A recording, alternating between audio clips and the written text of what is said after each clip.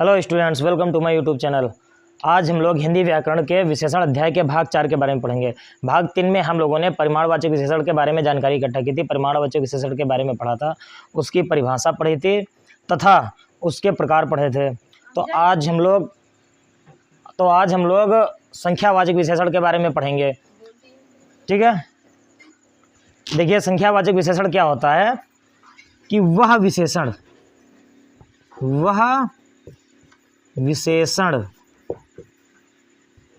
जिससे किसी भी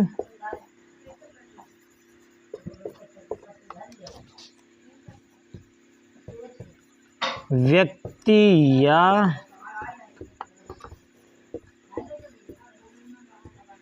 वस्तु की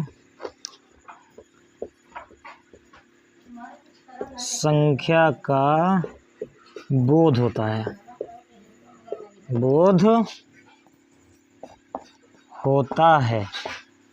ठीक है स्टूडेंट्स, कौन सा विशेषण हो जाएगा?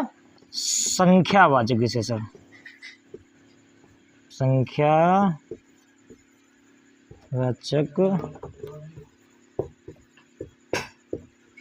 विशेषण कहलाता है। ठीक है, देखिए कि वह विशेषण जिससे, सॉरी ये थोड़ा गलत हो गया, जिससे वह विशेषण जिससे किसी भी व्यक्ति या वस्तु की संख्या का बोध होता है। ठीक है भाई, कि वह विशेषण जिससे किसी भी व्यक्ति या वस्तु की संख्या का बोध होता है संख्यावाचक विशेषण कहलाता है। संख्यावाचक विशेषण कहलाता है। जैसे हम उदाहरण लिखेंगे, लेकिन हम लोग थोड़ा पहले जानकारी इकट्ठा कर लेते हैं कि कैसे। देखिए जैसे कि इस कक्षा में 40 विद्यार्थी हैं, तो इसमें विद्यार्थियों की संख्या कितनी है? 40 है।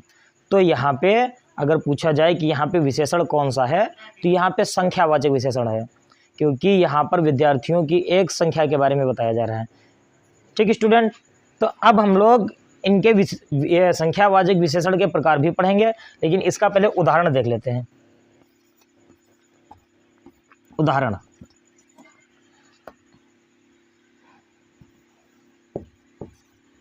इस घर में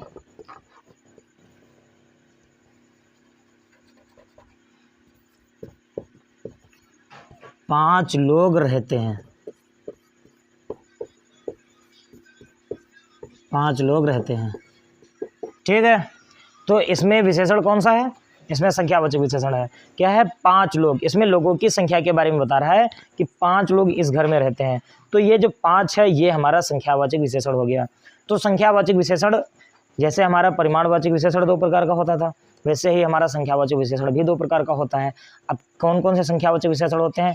जिस प्रकार हमारे परिमाणवाचक विशेषण निश्चित परिमाणवाचक विशेषण तथा अनिश्चित परिमाणवाचक विशेषण होते थे, वैसे ही हमारे निश्चित संख्यावाचक विशेषण तथा अनिश्चित संख्यावाचक विशेषण 2 होंगे। ठीक है, देखिए संख्यावाचक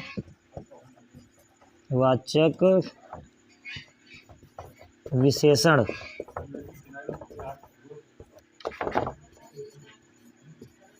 मुख्यतः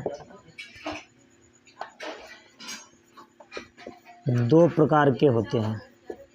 मुख्यतः 2 प्रकार के होते हैं। 2 प्रकार के होते हैं। देखिए कौन कौन से होते हैं? पहला है निश्चित संख्यावाचक विशेषण। निश्चित संख्यावाचक विशेषण, निश्चित संख्यावाचक विशेषण।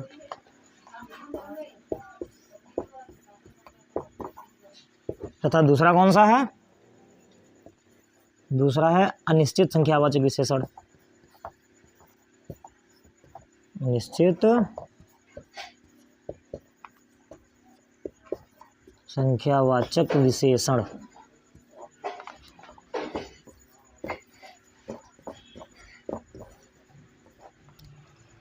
स्टूडेंट्स, अभी हम लोगों ने संख्यावाचक विशेषण के बारे में पढ़ा था, उसकी परिभाषा पढ़ी थी तथा उसके कुछ उदाहरण भी पढ़े थे।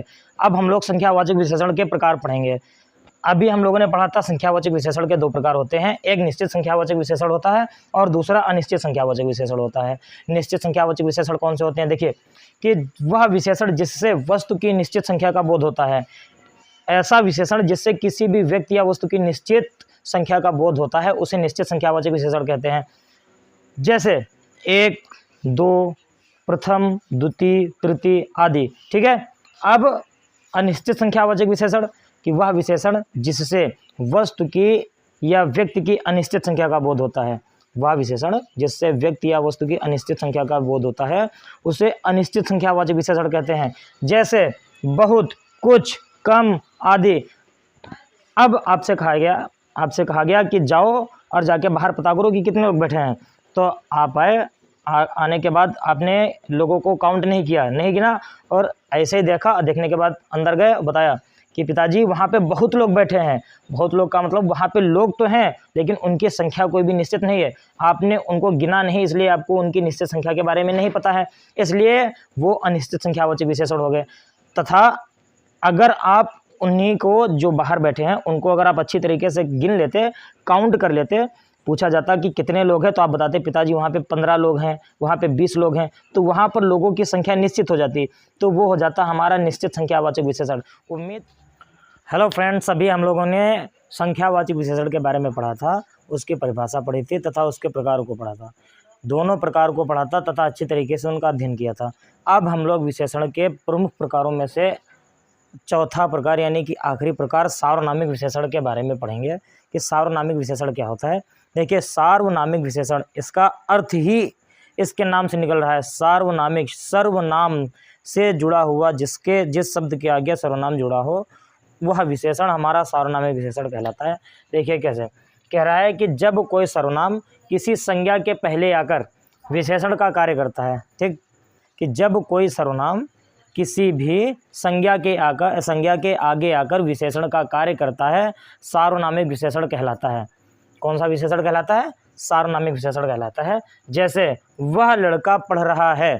ठीक, तो जो वह शब्द है, वह यहाँ पे सर्वनाम का कार्य कर रहा है। जैसे वह अगर देखा जाए तो ये केवल सर्वनाम का कार्य करता है और लड़का जो है ये संज्ञा का काम करता है। लेकिन संज्ञा के आगे हमारा वह शब्द लगा है तो इसलिए ये लड़के के लिए संकेत का काम कर रहा है कि वह लड़का। तो लड़के की विशेषता कौन सी है? कि वह लड़का है। तो यहाँ पे सर्वनाम किसी संज्ञा के आगे लगकर वहाँ पे सार्वनामिक विशेषण का कार्य कर रहा है। अब दूसरा है कि यह घर मेरा है। तो यहाँ पे यह शब्द हमारा सर्वनाम है तथा घर यह हमारा संज्ञा है।